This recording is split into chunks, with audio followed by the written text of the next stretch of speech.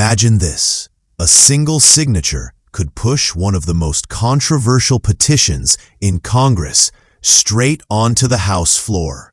That's exactly what's happening right now with a discharge petition tied to the release of Epstein-related files.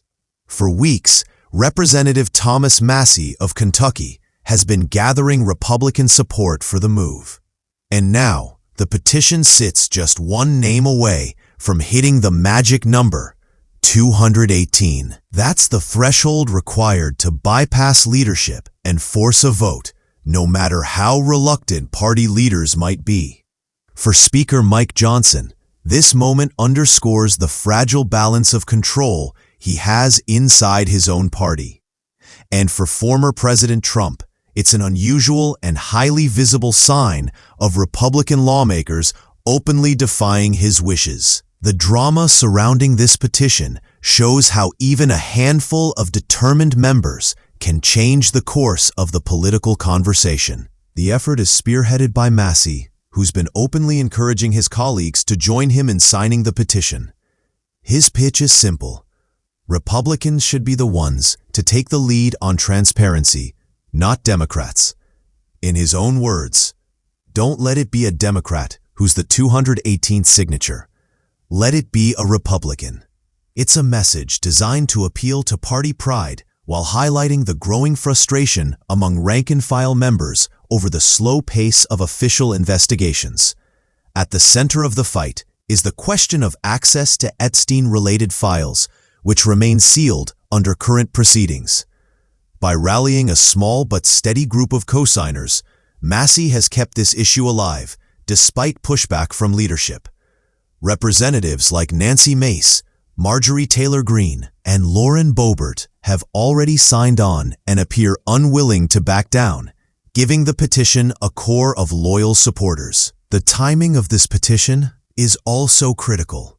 A special election in Arizona's 7th District could provide the decisive 218th signature.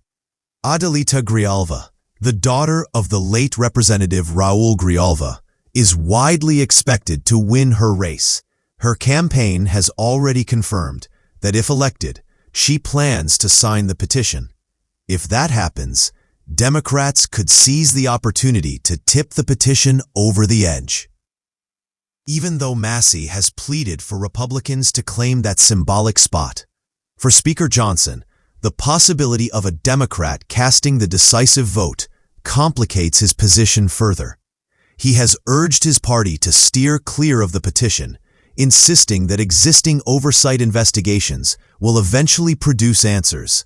But with public pressure mounting and the numbers inching higher, it's getting harder to contain the momentum building around this effort. Behind the scenes, Johnson has quietly tried to keep control by embedding procedural roadblocks into other measures, making it harder for discharge petitions to succeed.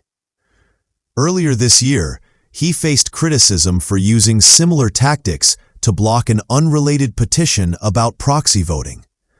While that maneuver bought him time and allowed him to negotiate, it also exposed how controversial these tactics can be within his own party.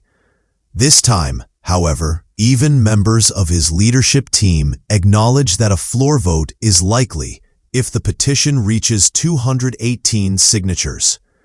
House Rules Committee Chair Virginia Foxx has publicly said her panel would not block it.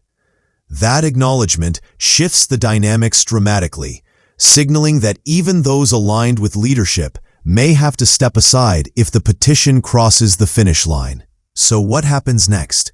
If Adelita Grijalva wins her election, she's expected to be sworn in when Congress returns from recess in early October.